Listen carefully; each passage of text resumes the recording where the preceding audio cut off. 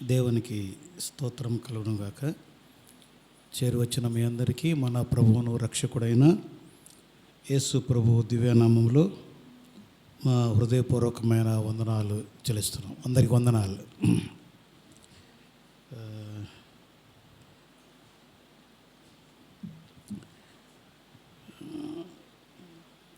ఒక 30 నిమిషాలు వాక్యం విందాం. 30 నిమిషాలు అంతే. ఈరోజు నా రంజిత్ బ్రదర్ ఈ లోకయాత్ర విడిచిపెట్టడం అది కొద్దిగా కుటుంబానికి దుఃఖకరం, మనకు బాధాకరమే. మన సహోదరుడు మన మధ్యలో నుంచి వెళ్ళడం. చిన్న పిల్లలే, 2 పిల్లలు ఉన్నారు, వారి కోసం ప్రార్థన చేయండి. హ్యాపీ అన్న, రమేష్ అన్న మేము కలిసి ఒక 2 సార్లు ఆ కుటుంబాన్ని విజిట్ చేసి వారికి స్వార్థ చెప్పడం జరిగింది, వారి కోసం ప్రార్థన చేయడం జరిగింది. ఇక నేను లేకుండా కూడా అనేక మార్లు రమేష్ అన్నయ్య వాళ్ళు కలిసి ఆ గృహాన్ని దర్శించి ప్రార్థన చేశారు. అప్పుడు నేను ప్రార్థనకు వస్తాను, ప్రభుని నమ్ముకుంటాను అని కూడా అతను చెప్పడం జరిగింది. సరే, ఏదేమైనా కుటుంబం కోసం ప్రార్థన చేయండి. మధ్యాహ్నం 3 గంటలకు భూస్థాపన ఉంటుందని తెలియజేశారు. దాంట్లో కూడా మనమందరం పాలు పంపులు పొందుదాం. ఓకే, ఇది నాన్న ఆరాధనలో వాక్యం చెప్పిన మా సోదరులు పెద్దలు. మా ప్రాంతంలో గిద్దలూరు మొదలుకొని మార్కాపురం వరకు ఒక 5-6 మండలాల్లో ఒక 40 సంఘాలు కలిసి లోయ ప్రాంతీయ సంఘాలు అనే పేరుతో ఒక 40 సంఘాలు నడుస్తూ ఉన్నాయి. అందులో బేస్తూరపేట మండలంలో ఒక 4 సంఘాలు ఉన్నాయి. అది మాది, నేను చేస్తున్న పరిచర్య. కొత్తపేట ఒకటి, అన్నగారు చేస్తున్న పూసలపాడు, గొట్టమిల్లు, బేస్తూరపేట ఈ సంఘాలు ఉన్నాయి. అందులో పూసలపాడులో అన్న మన క్రిస్టియన్ అసెంబ్లీని ప్రారంభించి వారే దానికి నాయకులుగా, పెద్దలుగా, సేవకులుగా ఉండి జరిగిస్తున్నారు. వారు నేను ఒంగోలు రావడం ద్వారా నేను ఒంగోలులో ఉంటానని తెలుసు కాబట్టి నాకు ఫోన్ చేశాడు. యాక్చువల్గా ఈరోజు నేను ఇక్కడ ఉండవలసింది కాదు, నేను మా సంఘానికి వెళ్ళవలసింది. నేను 3rd సండే మాత్రమే ఇక్కడ ఉంటాను. పోయిన వారం మనకు గెస్ట్లు రావడం ద్వారా నేను ఉండలేదు.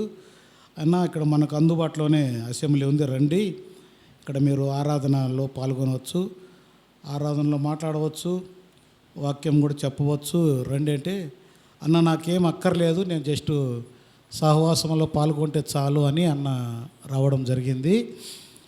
మన సంఘ పెద్దలు హ్యాపీ అన్న కూడా ప్రేమించి వారిని చిన్న అవకాశం ఇవ్వడాన్ని బట్టి దేవునికి స్తోత్రం. చిన్న మాట వాక్యంని మనం చదువుకుందాం. ఇర్మియా గ్రంథం 31వ అధ్యాయము 3వ వచనాన్ని చదువుకుందాం. చాలా కాలం కిందట యెహోవా నాకు ప్రత్యక్షమై ఇట్లా, నేను శాశ్వతమైన ప్రేమతో నేను నిన్ను ప్రేమించుచున్నాను గనుక విడువక నీ ఎడల కృప చూపుచున్నాను. ఈ మాట క్రైస్తవ ప్రపంచానికి బాగా తెలిసినటువంటి మాట. ఇది నేను 2026 సంవత్సరంలో ఏదైనా 1వ తేదీన మా సంఘానికి వాక్యం చెప్పాలి అని నేను ఒక 2 నెలల ముందు నుండే ఆలోచన చేస్తూ ఉన్నాను, ప్రార్థన చేసుకుంటున్నాను.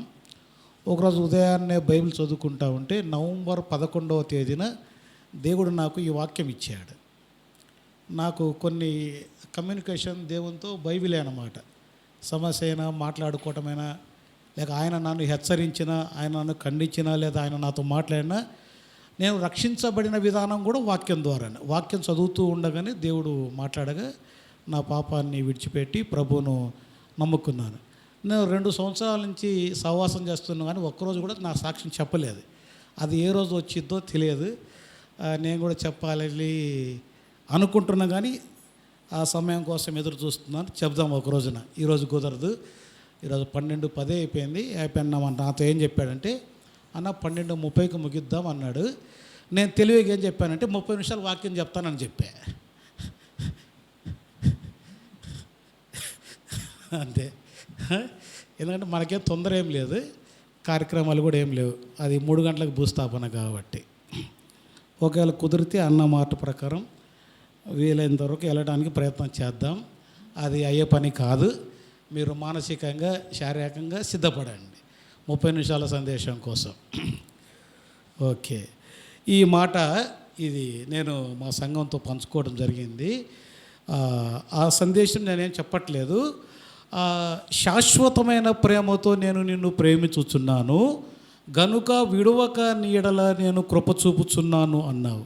దానికి రుజువు ఏంటి? ప్రేమిస్తే మనం ఏం చేస్తాం? పలకరిస్తాం, ఏదన్నా ఇస్తాం, పెడతాం, వెళ్తాం, మాట్లాడతాం, ఫెలోషిప్ చేస్తాం కదా, రకరకాల పరిస్థితులు ఉంటాయి. అట్లనే ఈ 31వ అధ్యాయంలో చాలా సంగతులు ఉన్నాయి. నేను 2025లో మనము దేవుని ప్రజలం అని చెప్తూ దేవుని ప్రజలైతే ఎలా ఉండాలి అని ఒకసారి, దేవుని ప్రజలకు ఆయన ఏం చేస్తాడు అని ఎలా, ఇట్లా ఒక 5-6 నెలలు 5-6 సందేశాలు అట్లా చెప్పి తర్వాత మత్తయి సువార్తకు షిఫ్ట్ అయ్యి డిసెంబర్ వరకు కూడా మత్తయి సువార్తలో నుంచి కొన్ని సందేశాలు చెప్పడం జరిగింది. ఈ 2026లో కూడా ఒక 2-3 సందేశాలు వీలైనంత వరకు ఈ 31వ అధ్యాయంలో నుంచే చెప్పడానికి నేను ప్రయత్నం చేస్తాను. అందులో భాగంగా ఈ రోజున ఒక మాట చదువుకుందాం. అది ఇర్మియా గ్రంథం 31:20. ఇర్మియా గ్రంథం 31వ అధ్యాయము 20వ వచనం చూడండి.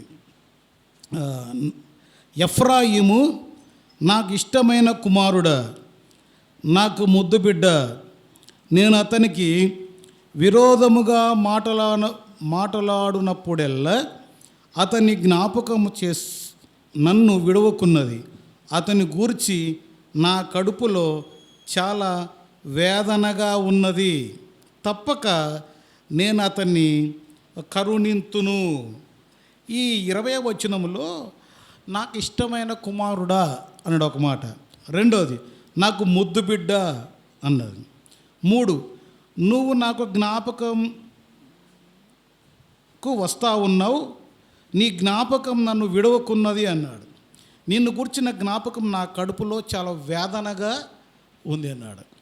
ఇది ఇర్మియా ప్రవక్త ద్వారా చెప్పబడిన మాట. పండితులు ఇర్మియా ఫ్రెండ్ అయిన సోదరుడైన బారాకు వారి ద్వారా వ్రాయబడిన పుస్తకం అనేటువంటివి ఉన్నాయి. అయితే ఈ మాట చెప్పబడింది, ఇది ప్రవచనం చెప్పబడిన మాట ఎఫ్రాయిము గురించి. ఈరోజు మనం ఎఫ్రాయిము గురించి కొన్ని సంగతులు వింటాం. ఈ ఎఫ్రాయిము ఎవరు అనే సంగతులు మీకు కూడా తెలుసు. అయినా 1-2 యవనస్తులు పిల్లలు ఉన్నారు కాబట్టి వారికి నేర్పించడం కోసం నేను ఎఫ్రాయిమును పరిచయం చేస్తాను. ఆదికాండం 41వ అధ్యాయము 52వ వచనం చూడండి. ఆదికాండం 41వ అధ్యాయము 52వ వచనం.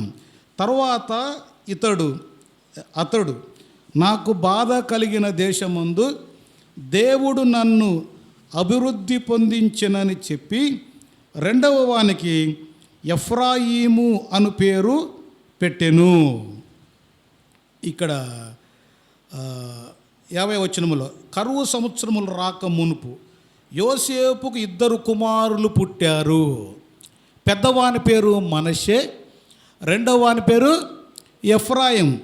ఆడ ఎఫ్రాయిం అనే దగ్గర ఫుట్నోట్లో 2వ నెంబర్ వేసింది, అభివృద్ధి లేక ఫలం. అంటే దేవుడు నన్ను అభివృద్ధి పొందించాడు, దేవుడు నాకు మరలా ఫలం దయచేశాడు అంటే కృతజ్ఞతగా అభివృద్ధి లేదా ఫలము అనే మాట అర్థం వచ్చే విధంగా ఎఫ్రాయిము అనే పేరు పెట్టడం జరిగింది. అంటే ఎఫ్రాయిము అంటే ఫలము అని అర్థం లేదా అభివృద్ధి అని అర్థం.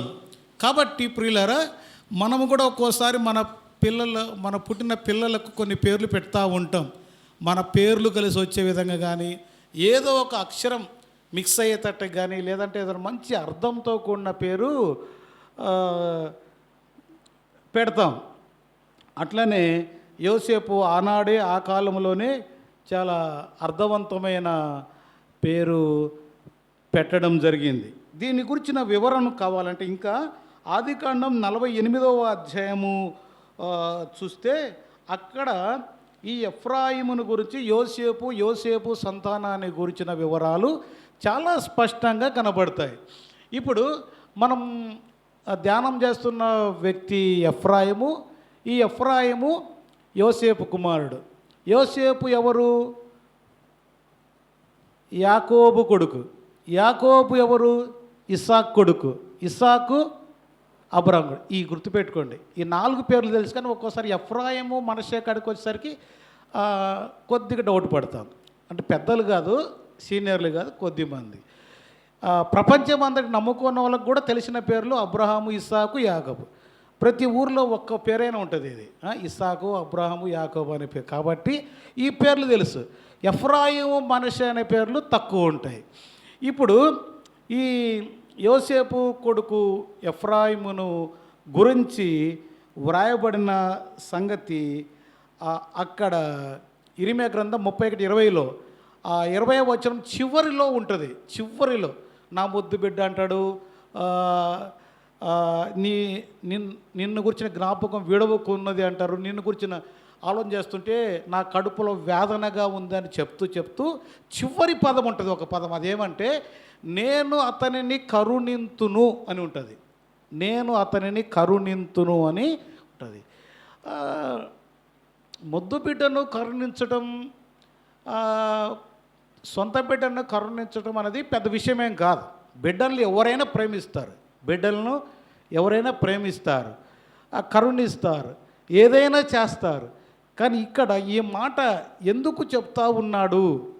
ఈ మాట అంటే ఒక్కసారి అతని గురించి బైబిల్లో వ్రాయబడిన మాటల్లో ఒకసారి చూద్దాం.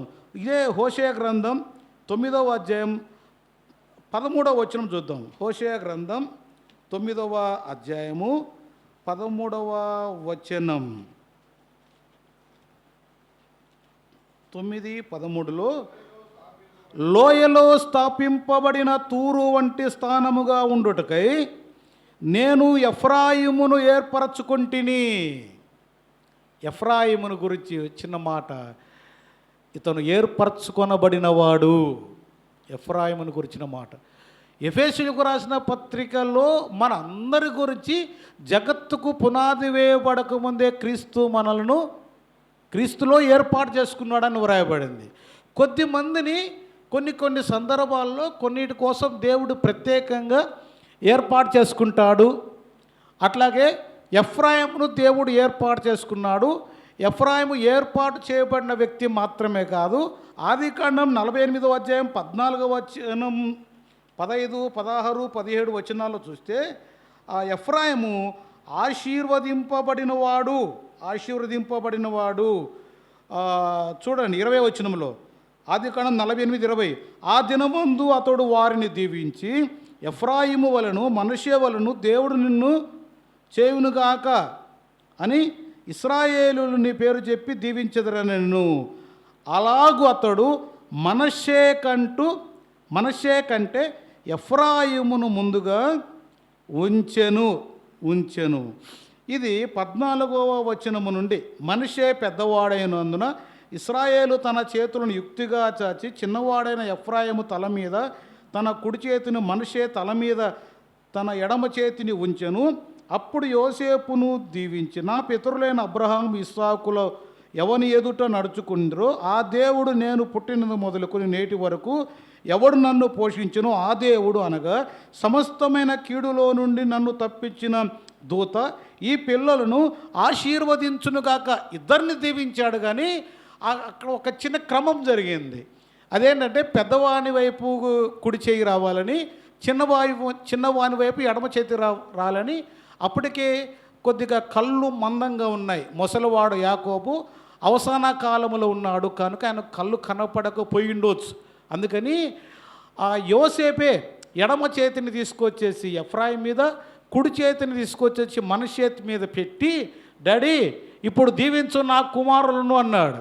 అనగాని వెంటనే ఈ యాకోబు ఏం చేశాడంటే తెలివిగా ఎడమ చేతిని తీసి కుడివైపు చేతి ఎడమ చేతి పెట్టి డాడీ ఇటు కాదు, ఇది క్రమం కాదంటే ఒరే నాకు తెలుసరా ఎవరిని ఎట్లా దీవించాలో దేవుడు ఇట్లాగే నన్ను ప్రేరేపిస్తున్నాడని చెప్పి దీవించాడు. అంటే యోసేపు అనుకున్నది ఏంటి? కుడి చేయి మంచిది, కుడి చేత దీవించబడితే ఎవరైనా కుడి చేతికి ప్రాధాన్యత ఇస్తారు. ఏదైనా ఇవ్వాలన్నా, తీసుకోవాలన్నా, పెట్టాలన్నా, తినాలన్నా. కానీ ఎడమ చేతిలో ఏం లేదు, కుడి చేతిలో ఏం లేదు. ఒక్కోసారి కొన్ని పనుల కోసం కొన్ని చేతులు ఉపయోగించుకుంటుంటాం, వాడుకుంటుంటాం అంతే. నువ్వు ఎక్కడైనా షాపులలోకి వెళ్ళేదని ఎడమ చేతి అన్న కుడి చేతి అన్న అంటుంటారు వెంటనే. అంటే కుడి చేతి ఇచ్చి 10 రూపాయలు 20 రూపాయలు అవుద్దా, 50 రూపాయలు 100 రూపాయలు అవుద్దా? కానీ అలాగైతే అలా కాకపోతే ఇక్కడ ఎందుకు చేశారు బ్రదర్ అనే వాళ్ళు ఉన్నారు. అందుకోసమే ఒక్కోసారి దీనికి ప్రాధాన్యత ఉంది అని చెప్పక తప్పదు. అంటే దీవెన దీనిలో లేదు, కానీ కొద్దిగా ప్రాధాన్యత. బైబిల్లో పెద్దవాళ్ళ కంటే చిన్నవాళ్ళు దీవించబడినట్టుగా, ఆశీర్వదించబడినట్టుగా ఇద్దరు ముగ్గురిని మనం చూడగలం. ఏది? ఉదాహరణకు ఈ యోసేపు కూడా తండ్రి అయినా ఈ చిన్నవాడు చివరివాడు దీవించబడ్డాడు. అతని పేరుకు అర్థం ఫలించడి కొమ్మ. తర్వాత ఏశావు పెద్దవాడు, యాకోబు చిన్నవాడు. అక్కడ యాకోబు దీవించబడ్డాడు. ఇక్కడ మనష్షే పెద్దవాడు, ఎఫ్రాయిము చిన్నవాడు, ఎఫ్రాయిము దీవించబడ్డాడు. అది ఇది విషయం. అయితే ఈ ఎఫ్రాయిం గురించి చెప్పబడిన మాట ఏంది? హోషేయ 9:13లో ఏర్పాటు చేయబడిన వాడు. ఈ ఆదికాండం 48వ అధ్యాయం 14, 15, 16 వచనాల్లో ఆశీర్వదింపబడిన వాడు. ఇతను ఏర్పాటు చేయబడిన వాడే కానీ, ఆశీర్వదింపబడిన వాడే కానీ తన ఏర్పాటుకు తగిన విధంగా, తన పిలుపుకు తగిన విధంగా, ఆశీర్వాదానికి తగిన విధంగా జీవించల, దేవుని చిత్తానుసారంగా బ్రతకల, దేవుని చిత్తానుసారంగా తన ప్రవర్తన లేదు. 1-2 విషయాలు చెప్తా. ఏమైంది బ్రదర్ అంటే చూడండి, హోషేయ గ్రంథం 4వ అధ్యాయం 17వ వచనం. హోషేయ గ్రంథం 4వ అధ్యాయం 17వ వచనములో అతని గురించి రాయబడిన సంగతి చూద్దాం. 4వ అధ్యాయం 17వ వచనం. ఎఫ్రాయిము విగ్రహములతో కలుసుకొనెను. ఎఫ్రాయిము విగ్రహాలతో కలుసుకున్నాడు. మనం కలుసుకొనవలసింది ఎవరిని? దేవుణ్ణి కలుసుకోవాలి, లేదా సంఘాన్ని కలుసుకోవాలి, సంఘ బిడ్డలను కలుసుకోవాలి, సంఘ బిడ్డలతో సాంగత్యం ఉండాలి, సంఘ బిడ్డలతో సహవాసం ఉండాలి. కానీ ఇతడు విగ్రహాలతో కలుసుకున్నాడు. విగ్రహము అనేది మాట్లాడలేదు, చూడలేదు, పలకలేదు, వినదు, చూడదు, పలకదు, జవాబు ఇవ్వదు. విగ్రహం అనేది మానవులమైన మన చేత తయారు చేయబడినది. అది బొమ్మ. నిర్గమకాండం 20వ అధ్యాయం 4వ వచనములో ఏముంది? పైన ఆకాశం అందే కానీ, క్రింద భూమి అందే కానీ, భూమి కింద ఉండే నీళ్ళ ఎందే కానీ నువ్వు ఏ రూపం చేసుకోకూడదు, దేనికి నువ్వు సాగిలపడకూడదు. అంటే నీ దేవుడని యెహోవా తప్ప నీకు వేరొక దేవుడు ఎవరు? చాలామంది విగ్రహాలను, బొమ్మలను దేవుళ్ళుగా చేసుకున్నారు. దేవుళ్ళు కాని వారికి మొక్కుతా ఉన్నారు. నీవైతే దేనికి సాగిలపడకూడదు. దేనికి? 2వ దినవృత్తాంతంలో 16:22లో ఉంటుంది, లేక 22:16లో. కానీ నీ దేవుడైన యెహోవా విగ్రహమును ద్వేషిస్తున్నాడు అన్నది. నీ దేవుడైన యెహోవా విగ్రహమును ఎందుకు ద్వేషిస్తున్నాడు? అందరూ విగ్రహారాధికులుగా మారిపోయారు. దేవుణ్ణి బొమ్మను చేశారు, బొమ్మను దేవుని చేసేసారు. రోమపత్రిక 1వ అధ్యాయంలో అదే ఉంది కదా, చతుష్పాద జంతువులుగా దేవుని మార్చేశారు, విగ్రహములుగా మార్చేశారు. దేవుడి కాని వాళ్లకు వారు ఆరాధన చేయటం మొదలుపెట్టారు, వారు భక్తి చేయటం మొదలుపెట్టారు. ఈ ఎఫ్రాయిము కూడా విగ్రహారాధికుడిగా మారిపోయాడు. అంతే. ఏమనుంది ఇక్కడ? అది ఎఫ్రాయిము విగ్రహాలను కలుసుకున్నాడు, విగ్రహాలతో స్నేహం, విగ్రహమునే దేవునిగా చేసుకున్నాడు. ఇంకా తర్వాత ఉంటే అతని గురించి చెప్తాను. ప్రకటన గ్రంథం 21వ అధ్యాయం 8వ వచనములో రెండవ మరణం అనబడిన అగ్నిగుండానికి ఎవరు వెళ్తారు అనే ఒక జాబితా ఉంది. ఎవరు? విగ్రహారాధికులు, అబద్ధికులు, దొంగలు, వ్యభిచారులు, వీరంతా అగ్నిగుండం పాలవుతారు. అది రెండవ మరణం. అంటే అగ్నిగుండానికి వెళ్ళే వారు ఎవరు? చాలామంది ఉన్నారు, చాలా చిట్టా ఉంది, చాలా జాబితా ఉంది. అందులో ఒకరు ఎవరంటే విగ్రహారాధికులు. అంటే ఇప్పుడు విగ్రహారాధికులు అగ్నిగుండం పాలైతే, విగ్రహారాధికులు నరకానికి పాలైతే, ఈ ఎఫ్రాయిము అనే ఏర్పాటు చేయబడిన వ్యక్తి, ఆశీర్వదింపబడిన వ్యక్తి ఎవరితో స్నేహం చేస్తున్నాడు? నరకానికి వెళ్ళే వాళ్ళతో, అగ్నిగుండానికి వెళ్ళే వారితో. దుష్టులను, దేవుని మరుతు జనులు పాతాళానికి వెళ్తారు. ఒకని స్నేహితుడు ఎవరో తెలుసుకోవాలంటే, ఎవరు చెప్పక ఇతడు ఎవరితో ఎక్కువ మాట్లాడుతుంటాడో, ఇతను ఎక్కువ ఎవరితో సహవాసం చేస్తుంటాడో, ఎవరిని కలుసుకుంటుంటాడో చెప్తే అతని స్నేహితుడు చెప్పేయచ్చు అంట. మరి ఇప్పుడు ఎఫ్రాయిము డెస్టినేషన్ ఏంటి? ఎవరితో సహవాసం చేస్తున్నాడు? ఈరోజున మన స్నేహం ఎవరితో? మన కమ్యూనికేషన్ ఎవరితో? మన మాటలు ఎవరితో? మన స్నేహం ఎవరితో? ఎఫ్రాయిం అయితే విగ్రహాలతో కలుసుకుంటున్నాడు, విగ్రహాలతో స్నేహం చేస్తూ ఉన్నాడు. ప్రియులారా, ఇతడు ఇలాగే పోతే, ఇలాగే తన స్నేహాన్ని కంటిన్యూ చేస్తే ఇతని పరిస్థితి ఏంటి? వారు ఎక్కడికి వెళ్తారో ఇతను కూడా అక్కడికే వెళ్ళవలసిన పరిస్థితి. అంటే ఇతడు ఇప్పుడు పాతాళానికి దారి చేసుకుంటున్నాడు, పాతాళానికి అర్హత సాధిస్తూ ఉన్నాడు. పాతాళానికి అర్హత సాధించిన వాడిగా ఉన్నాడు. మనం ఏదైనా జాబ్ సాధించాలంటే కట్ ఆఫ్ మార్కులు చేరుకోవాలి, సాధించాలి, దాటాలి కదండి. ఇతను ఈ విగ్రహాలతో కలుసుకుంటూ తన జీవనాన్ని కొనసాగిస్తున్నాడు. ఇంకొక చిన్న లోపం కూడా చెప్తా, ఇతనిలో ఉన్న లోపం. 7వ అధ్యాయం 1వ వచనం చూడండి. ఇక్కడే హోషేయ గ్రంథం 7వ అధ్యాయం 1వ వచనం. నేను ఇశ్రాయేలు వారికి స్వస్థత కలుగజేయదలంచగా ఎఫ్రాయిము దోషము, షోమ్రోనును చెడుతనమును బయలుపడుచా ఉన్నది. ఎట్లా ఉందంటే, అక్కడక్కడి మధ్య మేము భూమిని తవ్వుతూ ఉంటుండగా పురాతనమైనటువంటి విగ్రహాలు కనబడ్డాయి. పురాతనమైన ఏదో వెండి కనపడింది, బంగారు కనపడింది, ఏదో విగ్రహాలు కనపడ్డాయి. అప్పుడున్న బండి చక్రాలు కనపడ్డాయి, మోషే కాలంలో ఉన్నాయి. లేక బైబిల్లో ఉన్న కొన్ని ఆధారాలు కనపడుతూ ఉన్నాయి. తవ్వుతూ ఉండగా, చూస్తూ ఉండగా ఏదో చెప్పినట్టుగా ఇతని వ్యవహారం పరిస్థితి చూస్తూ ఉంటే, ఇతనిలో ఎంత చూసినా, ఎంత వెతికినా, ఇతను చూస్తూ ఉంటే ఇతనిలో ఏం కనపడతా ఉంది? ఇతనిలో ఏం బయటపడతా ఉందంటే దోషం బయటపడతా ఉంది. ఇతనిలో దోషం కనపడతా ఉంది. ఒక వ్యక్తి అంటారన్న, నేను వారితో ఒక 2 నిమిషాలు మాట్లాడానన్న, ఆ 2 నిమిషాలు తెలిపోయిందన్న వాడు దొంగ అని, వాడు దోషి అని, వాడు అబద్ధికుడు అని, వాడు మంచివాడు కాదు అని, వాడు క్యారెక్టర్లెస్ అని అర్థమైపోయిందని అన్నాడు. 2 నిమిషాలు కనపడితే మరి 20 నిమిషాలు మాట్లాడితే అసలు వంతంగా దండం పెట్టి రావడమే. ఇంక ఎప్పుడు కలుసుకోకూడదు అతనితో అనిపిస్తుంది. అట్లా ఈ ఎఫ్రాయిం మాటలు చూస్తూ ఉంటే అతనిలో ఉన్న చెడుతనం, ఎఫ్రాయిములో దోషం, షోమ్రోన్లో చెడుతనం బయటపడుతుందంట. ఈ ఎఫ్రాయిం గురించి 13వ అధ్యాయము 12వ వచనములో కూడా ఇంకొక మాట చూడండి. 13వ అధ్యాయం 12వ వచనం. ఎఫ్రాయిము దోషము నా యొద్ద ఉంచబడి ఉన్నది, అతని పాపము భద్రము చేయబడి. ఇక్కడ కూడా ఎఫ్రాయిములో దోషము ఉంది. దోషం అంటే పాపం, దేవునికి వ్యతిరేకమైన కార్యం, దేవునికి వ్యతిరేకంగా జీవించడం, దేవునికి వ్యతిరేకమైన బ్రతుకు, వ్యవహార శైలి, అది ఏదైనా సరే ప్రియులారా.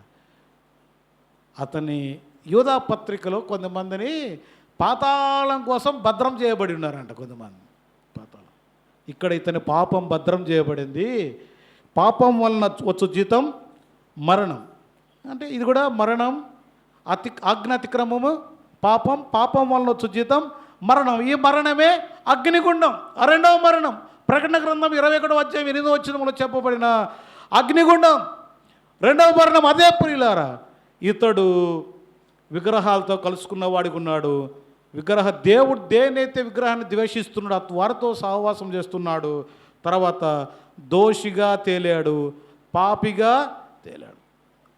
దావీదు దగ్గరికి వచ్చి ప్రవక్త అంటాడు, ఆ మనిషివి నీవే, ఆ దోషి ఎవరో కాదు, ఆ దొంగ ఎవరో కాదు, ఆ పనికి మాలిన వాడు ఎవరో కాదు అంటే, అయ్యా ఒక వ్యక్తి ఉన్నాడు, ఒక పేదవాని దగ్గరికి వచ్చి తన మేకపిల్లలు తీసుకున్నాడు, తన ఇంట్లో బంధువులు స్నేహితులు వస్తే అతనికి విందు చేయడానికి. అప్పుడు దావీదు అన్న మాటే, ఎవడవాడ పనికి మాలినవాడు, ఎవడవాడికి నీచుడు నికృష్టుడు, వానికి బుద్ధి లేదా, వాడు గడ్డి తిన్నాడా, వాడు ఎవడు వాడిని తోలకరాపో అన్నట్టు మాట్లాడుతున్నాడు. అయ్యా అయ్యా వాడు ఎవడో కాదు, నువ్వే ఆ దోషివి నువ్వే, ఆ పాపివి నువ్వే, ఆ నీచుడు నువ్వే అన్నట్టుగా ఈ ఎఫ్రాయిములో దోషం పాపం కనబడతా ఉంది. ఇంకొక మాట చెప్తాను. 8వ అధ్యాయం 11వ వచనం, హోషేయ గ్రంథంలోనే, హోషేయ గ్రంథం 8వ అధ్యాయం 11వ వచనం. ఎఫ్రాయిము పాపమునకు ఆధారముకు బలిపీఠములు ఎన్నెన్నో కట్టెను. ఇది గుర్తుపెట్టుకోండి, ఎన్నెన్నో కట్టాడు. ఏమి కట్టాడు? బలిపీఠం అనేది బైబిల్లో చాలా ప్రాముఖ్యత సంతరించుకున్నది. ఈ బలిపీఠం ప్రారంభంలో నోవాహు కట్టాడు. దేవుడు తనను బ్రతికించిన విధానానికి కృతజ్ఞతగా దేవునికి అర్పణలు అర్పించడానికి, దేవునికి కృతజ్ఞతాస్తుతులు చెల్లిస్తూ దేవుడు చేసిన మేలును జ్ఞాపకం చేసుకొని నోవాహు బలిపీఠం కట్టాడు. తర్వాత లోకములో నుండి వేరు చేసి పిలిచినటువంటి అబ్రహాము, వేరు చేయబడిన అబ్రహాము దేవునికి కృతజ్ఞతగా బలిపీఠం కట్టాడు. ఇస్సాకు బలిపీఠం కట్టాడు. తర్వాత ఏలే కట్టాడు. భక్తులు చాలామంది బలిపీఠం కట్టారు. ఈ బలిపీఠాలన్నీ ఎందుకంటే దేవుణ్ణి ఆరాధించడానికి, దేవునికి బలులు అర్పించడానికి బలిపీఠాలు కట్టారు. దేవునికి స్తుతులు చెల్లించడానికి బలిపీఠం కట్టారు. ఒక విధంగా పాత నిబంధన కాలంలో బలిపీఠం అని చెప్పబడిన పేరు ఇప్పుడు మనం ఇక్కడ ఆరాధన చేస్తున్న ఈ స్థలం, ఈ పాత్రలు, ఈ పెట్టిన స్థలం, దీన్ని కూడా బలిపీఠమై అంటారు. అది ప్రార్థన చేసుకోవడానికి, బలులు అర్పించడానికి, స్తుతులు అర్పించడానికి, దేవునితో సఖ్యత పడడానికి, దేవునితో సహవాసం చేయడానికి, దేవునితో కమ్యూనికేషన్ చేయడానికి ఏర్పాటు చేయబడిందే, కట్టబడిందే బలిపీఠం. అయితే ఈ ఎఫ్రాయిము కూడా బలిపీఠాలు కట్టాడంట. అయితే ఈ బలిపీఠము దేవునితో సహవాసం చేయడానికి కాదు, దేవునికి బలులు అర్పించడానికి కాదు, దేవుని ఆరాధించే బలిపీఠం కాదు, అది విగ్రహ సంబంధమైన బలిపీఠం. ఇప్పుడు ఇక్కడ మనము దేవుడు ఆత్మ కనుక ఆయన ఆరాధించువారు ఆత్మతో సత్యముతో ఆరాధింపవలనని మనం చెప్తాం, అది నమ్ముతాం. ప్రతి మన అసెంబ్లీలో కూడా అదే వాక్యం కనబడుతుంది. నా వెనకాల కూడా అదే ఉంది. కాబట్టి మనం ఏ బొమ్మలు పెట్టాం, ఏ సిలువలు పెట్టాం, దేనికి ప్రాధాన్యత ఇవ్వం. అయితే ఇప్పుడు మనం హిజ్కియా రాజు ఉన్నాడు, వాళ్ళ నాన్నగారి కాలంలో ఆహాజు అనే వ్యక్తి ఉన్నాడు. ఆయన కూడా మందిరంలో కొన్ని బలిపీఠాలు కట్టాడు, తెచ్చిపెట్టాడు, విగ్రహాన్ని తెచ్చిపెట్టి ఈయనే దేవుడు, యెహోవా దేవుడు కాదు, ఈయనకు బలులు అర్పించండి, ఈయనకు ఆరాధన చేయండి, ఈయనకు కొవ్వొత్తులు వెలిగించండి, ఈయనకు దీపారాజన చేయండి అని చెప్పేసి ప్రజలందరినీ డైవర్ట్ చేశారు. ప్రజలందరూ దారి తప్పారు. ప్రజలందరూ విగ్రహారాధికులుగా మారిపోయారు. ఆహాజు చేసిన తప్పు ప్రజలందరూ చేశారు. ఈ రోజున ఎఫ్రాయిము కూడా అదే చేశాడు. పాపమునకు ఆధారమగు బలిపీఠం. బాగా చూడండి బైబిల్లో, పాపమునకు ఆధారమగు బలిపీఠములు ఎన్నెన్నో కట్టాడు. 1 కాదు, 2 కాదు, 3 కాదు, ఎన్నో లెక్క పెట్టల. ఇవాళ ఎన్ని కట్టాడో. ఆయన సొలొమోను దారి తప్పిపోయిన ఆయన భార్యల లెక్క అని చెప్పబడింది, కానీ ఎఫ్రాయిము కట్టిన బలిపీఠంలో లెక్క అంటే ఇంకా డబల్ కట్టాడో లేదా తక్కువే కట్టాడో మనకు తెలియదు. ఎన్నెన్నో అన్నారు, అంతవరకే. అంటే దేవునికి వ్యతిరేకమైన బలిపీఠాలు కట్టి ఒక విగ్రహమే పెట్టేసి ఈయనే దేవుడు అన్నారు. అంటే మోషే కాలంలో మోషే కొండ మీద ప్రార్థన చేస్తుంటే కింద అహరోను గారు వెండి బంగారు మెడలో ఉన్న చెవులకున్న దిద్దులు కమ్మలు అన్నీ తీసుకొని పోయి మనడు ఒక బొమ్మ చేసి ఈయనే మన దేవుడు, అసలుకు ఐగుప్తు దేశంలో మనల్ని ప్రేమించి కరుణించి కనికరించి విడిపించిన దేవుడు ఈయనే, నడిపించిన దేవుడు ఈయనే, ఎర్ర సముద్రాన్ని చీల్చిన దేవుడు ఈయనే అని ప్రజలను దారి తెప్పించారు. ప్రజలు తప్పిపోయారు, పాపం చేశారు ప్రజలు. దేవుడి కోపం వచ్చింది. అయ్యా మోషే, నీ ప్రార్థన ఆపేసి ముందు కిందికి వెళ్ళిపో, ఆడ సంఘం పాడైపోతుంది, ఆ సంఘం సంగతి చూడిపో, నువ్వు ఇక్కడ ప్రార్థన చేయకుండా మళ్ళీ దిగిపో అని మోషేను పంపిస్తే, మోషే వచ్చి చూసేసరికి మోషే కూడా పళ్ళు కొరికి చెర్లకోల పట్టుకొని బెత్తం పట్టుకున్నంత పని అయిపోయింది. అయ్యేసరికి ఒక్కడు కూడా మాట వినేవాడే ఏం లేడు.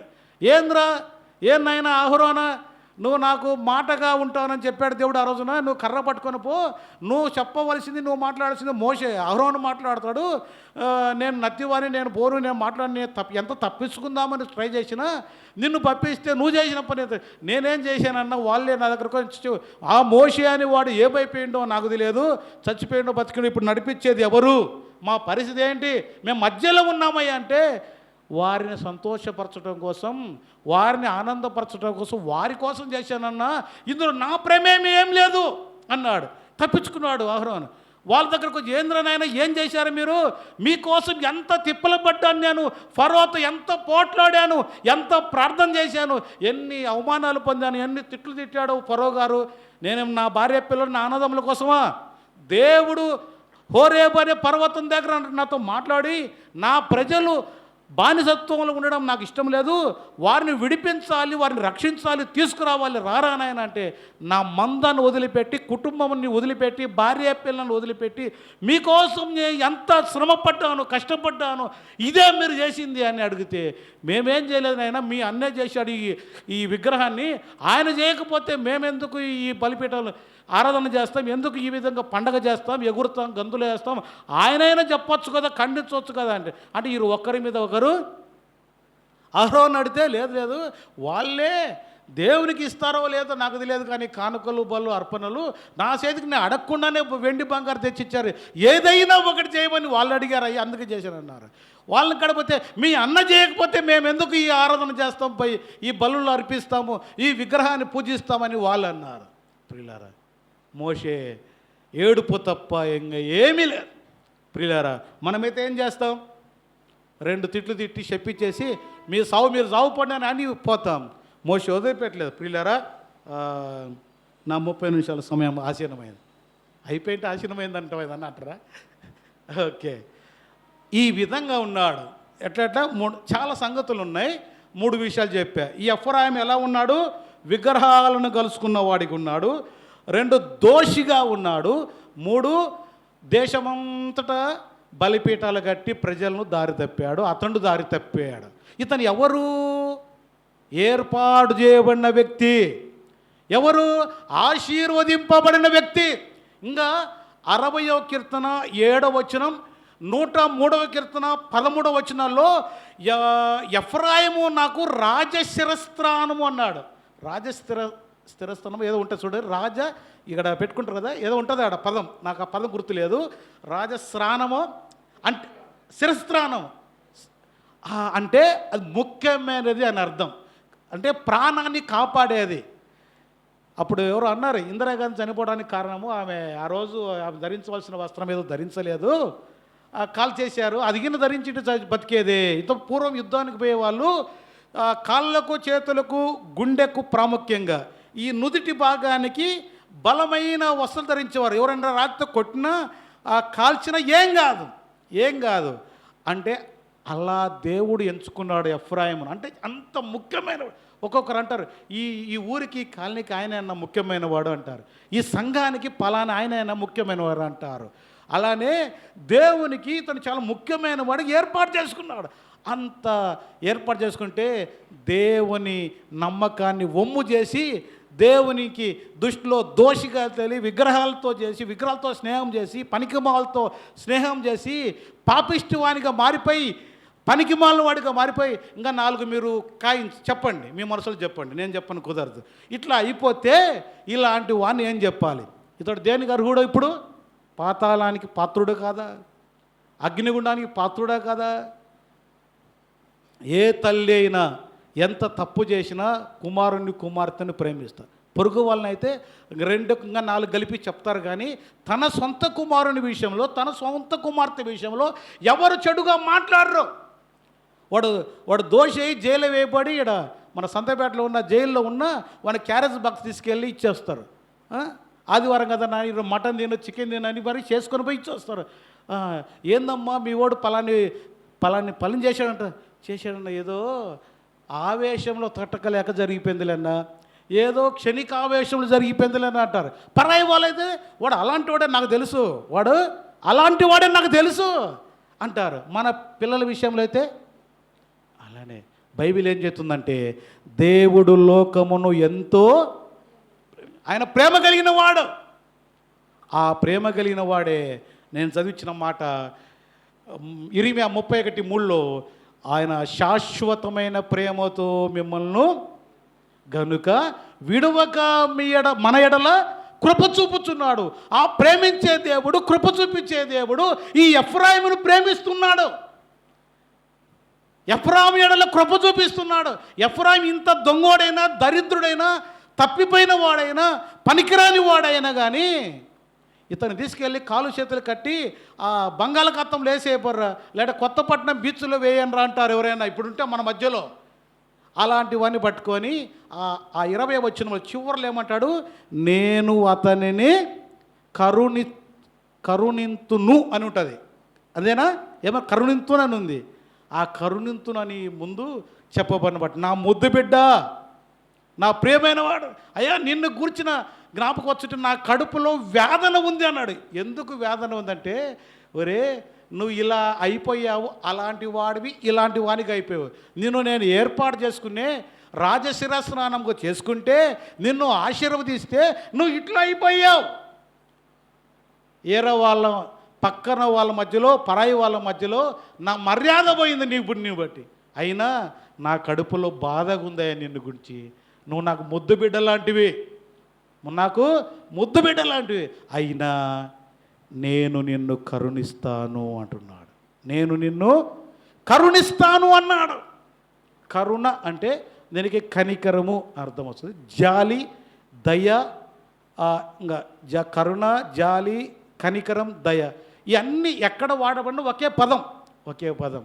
ప్రియులారా, ఈ మాటలు వింటున్న వారులారా, ఈ ఎఫ్రాయిము ఇంత చెడిపోయినా దేవుడు కరుణిస్తున్నాడు, దేవుడు కనికరిస్తున్నాడు. ఇంకా ఇలాంటి వారు ఎవరైనా ఉన్నారా? దేవుని బిడ్డలమని చెప్పుకుంటూ తప్పిపోయిన వారు, పాపములో పడిపోయిన వారు, దేవునికి వ్యతిరేకంగా జీవిస్తున్న వారు ఎవరు ఉన్నారా? ఇదిగో ఎఫ్రాయిముని ప్రేమించినట్లుగా, ఎఫ్రాయిముని కరుణించినట్లుగా దేవుడు మిమ్మల్ని కరుణిస్తున్నాడు, దేవుడు మనల్ని కరుణిస్తున్నాడు. అలా అని ఆయన కరుణమయుడు, దయామయుడు అని మాటికి తప్పు చేస్తూ ఉంటే ఆయన కరుణామయుడే కాదు, ఆయన చెర్ల కోల పట్టుకునేవాడు కూడా. ఆయన రేపు వచ్చేవాడు గుర్రం మీద వస్తున్నాడు, కరుణామయుడుగా కాదు. ఎవని క్రియల చొప్పున వానికి ప్రతి వారికి బహుమానం నా యొద్ద బహుమానం ఇవ్వడానికి వస్తున్నాడు, తీర్పు తీర్చడానికి రాబోతున్నాడు. కాబట్టి ప్రియులారా, నేను చెప్పిన నా 30 నిమిషాల సమయం అయిపోయింది. నేను ఉన్న దాంట్లో ఒక 50% వాక్యం మాత్రమే చెప్పడానికి దేవుడు సహాయం చేశాడు.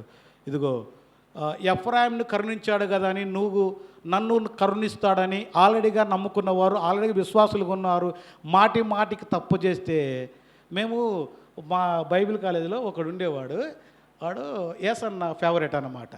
వాడు ఎవడన్నా బైబిల్ కాలేజీలో పిల్లలు మాట్లాడుతూ ఎవడన్నా తప్పు చేస్తే, పాపం చేస్తే, రే దేవునితో తమాష కదా రే, ఆయన డొక్క చించి డోలు కడతాడు అంటే, రే ఈ పదాలు వాడొచ్చా, ఇది మాట్లాడొచ్చా అంటే, అది తప్పేముందన్నా, ఆయనతో పెట్టుకుంటే అంతే.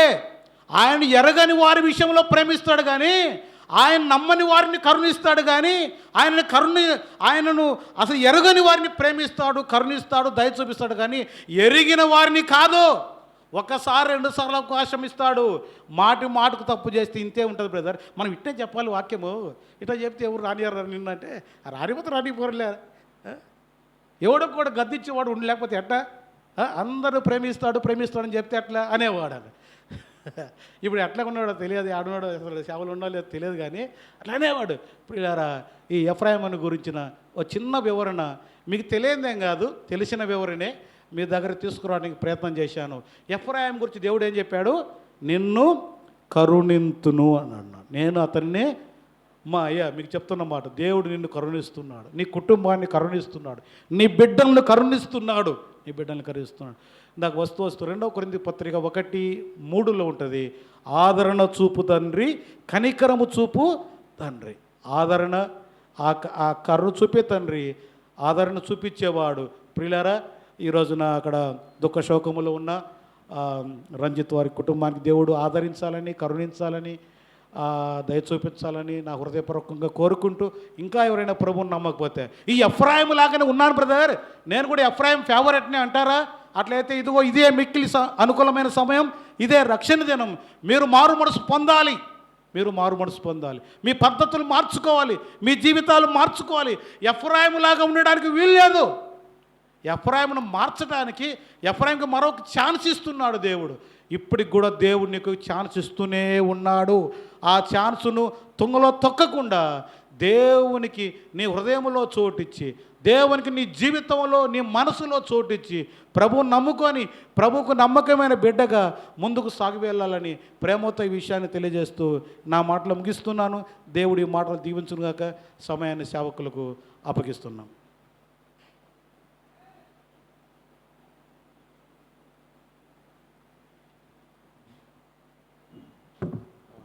వాక్యం అందించిన రవణకు సంఘం తరఫున వందనాలు చెల్లిస్తున్నాం.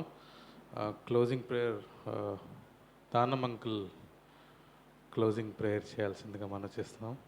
అంకుల్ మన మధ్యలో ఉండడం చాలా సంతోషం. అంకుల్ క్లోజింగ్ ప్రేయర్ చేస్తారు. Thank you.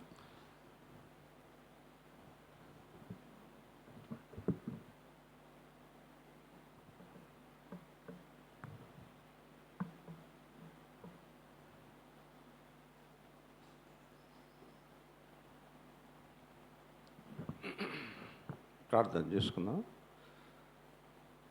మహాపరిశుద్ధుడైన తండ్రి, మీ ప్రియ కుమారుడైన మా రక్షకుడు, మా ప్రభు అయిన యేసుక్రీస్తు ఘనమైన గొప్ప నామములో మీకు స్తుతులు స్తోత్రములు చెల్లించుకుంటున్నా. మా నాయన దయగల తండ్రి, కృపగల తండ్రి, ప్రేమగల తండ్రి, కరుణ వాత్సల్యత గల తండ్రి, ఈ మధ్యాహ్న వేళలో స్థానిక సంఘమును అయా నీ దాసురాల ద్వారా ఏర్పరచబడిన ఈ ప్రాంతములలో నా తండ్రి, అయా ఈ పట్టణములు యవన కాలములో నిదాసుని ప్రభువా ఏర్పరచుకొని జీవనభృతి కలిగి కుటుంబంతో అయా ఆ ప్రభువా ఆయనకి ఇచ్చిన సహకారి బిడ్డలతో కలిసి ప్రభువా మరొక పరిహారము తండ్రి, నీ దాసురాలు మీ పిలుపు అందుకొని వచ్చి ఉన్నారు. విడవబెట్టిన సంఘమును మీరు మర్చిపోయే దేవుడు కాదు. విత్తనములు వేయబడి ఉన్నాయి తండ్రి, మీకు స్తోత్రాలు ప్రభువా, మీకు స్తోత్రాలు. ఈ మధ్యాహ్న వేళలో ఈ ప్రాంతంలో తండ్రి, నీ దాసుని కుటుంబాన్ని యవన కాలములో ఈ రీతిలో సమర్పించుకొని నాయన చిన్న మందగా ఉంటుండగా నీ కృప, నీ కనికరము, దయ వీరి మీద ఉంచినందుకు స్తోత్రాలు. ఎఫ్రాయిమును ప్రేమించిన ప్రభువా, ఎఫ్రాయిం అవిధేయతను చూడడం లేదు తండ్రి. ఎఫ్రాయిం నాయన ఏసేపుకు యాకోబుకు నా తండ్రి అయా ఇస్సాకు అబ్రహాముకు నాయన ఎన్నుకోబడిన వారు, ఏర్పరచబడినవారు. నీ దాసుని దీవించండి. యవన కాల ఈ పరిచర్యను నా ప్రభువా, వారి యొక్క పితరులు చేసిన పరిచర్యను జ్ఞాపకం చేసుకుని ఆయన మా మధ్యలో మీరు ఉన్నారు. నీ దాసుని నేను వారమంతటిలో ఈ పట్టణంలో ఉండగా అయా పరిచర్య స్థానిక సంఘములో అక్కడ బిడ్డలను ఏర్పరిచి ఉన్నారు. నన్ను ఈ ప్రాంతానికి పంపించావు నాయన. కొన్ని పరిస్థితులలో నాయన ఆగాల్సి వచ్చింది. ఎక్కడికి వెళ్ళాలో ప్రభు ఆ దిక్కుదోచని స్థితిలో ఉంటుండగా ఆయా స్థలములో నిన్ను ఆరాధించి పిల్లలు ఉన్నారు. ఇదిగో నా తండ్రి సమీపంలో నాయన స్థానిక సంఘముగా నిన్ను ఆరాధించి ఆత్మతో సత్యముతో ఆరాధించే బిడ్డలు ఉన్నారు. ఈ చిన్న మంద మీరు చూపించేందుకు స్తోత్రం. నీ దాసుడు రవి గారి ద్వారా నాయన ఇచ్చిన సంఘానికి నాయన మీరు ఆయన నడిపించేందుకు స్తోత్రం. లోయ ప్రాంతంలో ఆయన మమ్మను నా తండ్రి బలపరిచి ముందుకు నడిపిస్తున్నారు. ఈ ప్రాంతంలో ఒంగోలు పట్టణంలో నా తండ్రి దేవుడు ఆత్మ కనుక ఆయనను ఆరాధించేవారు ఆత్మతో సత్యముతో ఆరాధించాలి. ఈ ప్రాంతంలో నాయన అనేక ఆత్మలు తండ్రి నీ బిడ్డలు మీరు అప్పచెప్తున్నందుకు స్తోత్రాలు. In the name of the Jesus. ఈ బిడ్డల విధేయత, ఈ బిడ్డల వినయము నాయన, ఈ బిడ్డల ప్రేమ వార కార్యక్రమంలో ప్రకటించిన నా తండ్రి ఆ వార కార్యక్రమం బట్టి నేను స్తుతిస్తున్నావు, ఘనపరుస్తున్నావు. ఎవరెవరి పేర్లు చదివి ఉన్నారో అయా చిన్న పిల్లల నుంచి వృద్ధుల వరకు ఆయన నీకే స్తుతులు స్తోత్రములు చెల్లించుకుంటున్నా. ఈ స్థలంలో మీరు ఉన్నారు, నీ బిడ్డల మధ్యలో ఉన్నారు. బలపరచండి అయా, స్తుతించే వారిని బలపరచండి, ప్రార్థించే వారిని బలపరచండి, గీతములు నాయన నిన్ను ఘనపరిచే వారిని బలపరచండి, వాక్యం అందించే వారిని బలపరచండి. ఈ సంఘములు, ఈ స్థలము, పట్టణంతా చాలాగా ప్రభా, ఈ ప్రాంతం అంతా నీ ఘనమైనామును ఈ సంఘము ద్వారా, ఈ బిడ్డల ద్వారా ఏర్పరచుకుని నీ దాసుని ద్వారా, నీ దాసుల ద్వారా అయా వారికి ఇచ్చిన వినమ్రతను బట్టి నీకు స్తోత్రాలు, తగ్గింపును బట్టి స్తోత్రాలు. రవి ద్వారా విన్న మాటలు తండ్రి నిజము తండ్రి. అయా మీరు మర్చిపోయే దేవుడు కాదు. విత్తనం వేస్తుంది కాలంలో ఫలిస్తాను. తల్లిదండ్రుల ద్వారా వేసిన విత్తనం ఫలభరితముగా నాయన మొలకెత్తుతుంది తండ్రి. అది ఎండిన భూమిలో యెషయా గ్రంథం 53వ అధ్యాయం ఆయన 1-2 వచనంలో ఎండిన భూమిలో నా తండ్రి చిగురించే మొక్కవలే అయా ఈ ప్రాంతంలో నాయన నీ వాక్యం విస్తరింపజేయండి. అయా ఆత్మలో నాయన నశించిపోయి ఆత్మలో కూడా భారము కలిగి ప్రార్థించి బిడ్డలుగా లేపండి. చిన్న పిల్లల నుంచి వృద్ధుల వరకు నీ ఆత్మ కుమ్మరించండి. అపోస్తుల బోధలో స్థిరపరచండి ప్రభువా, అపోస్తుల బోధలో స్థిరపరచండి నాయన. వారి జీవనోపాధిలో నాయన రాకపోకలు క్షేమం సమృద్ధి దయచేయండి, సమృద్ధి దయచేయండి, సమృద్ధి దయచేయండి. ఏదైనా సంఘ సవాసులు ఉన్న వారిని పిలుపు అందుకొని వచ్చారు. ఆ కార్యక్రమాలు కూడా మీరు ఉండి జయోపజయంగా జరిగించి స్థానిక సంఘములు అనేక ఆత్మలు సమకూర్చబడి అనేక దీపములు వెలిగింపబడి చుట్టుపక్కల నాయన ప్రాంతాలలో కూడా నీ పరిచయం జరిగించే బిడ్డలుగా నీ కృపతో నింపమని ఈ కొద్ది ప్రార్థన మా ప్రభు అయిన యేసుక్రీస్తు నామములని స్తుతులు స్తోత్రములు చెల్లించుకొని సమర్పించుకొనిచున్నాం పరలోక పరమ తండ్రి. ఆమేన్.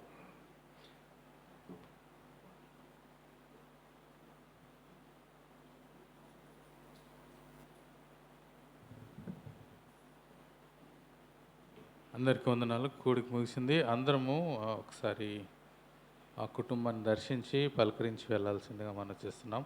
చర్చ్ పక్కనే ఉంటారు శ్యామల సిస్టర్, వారి కుటుంబాన్ని ఒకసారి కలిసి వెళ్తే వారికి ఆదరణగా ఉంటుందని. కూడిక ముగిసింది. సెలవు తీసుకుంటాం.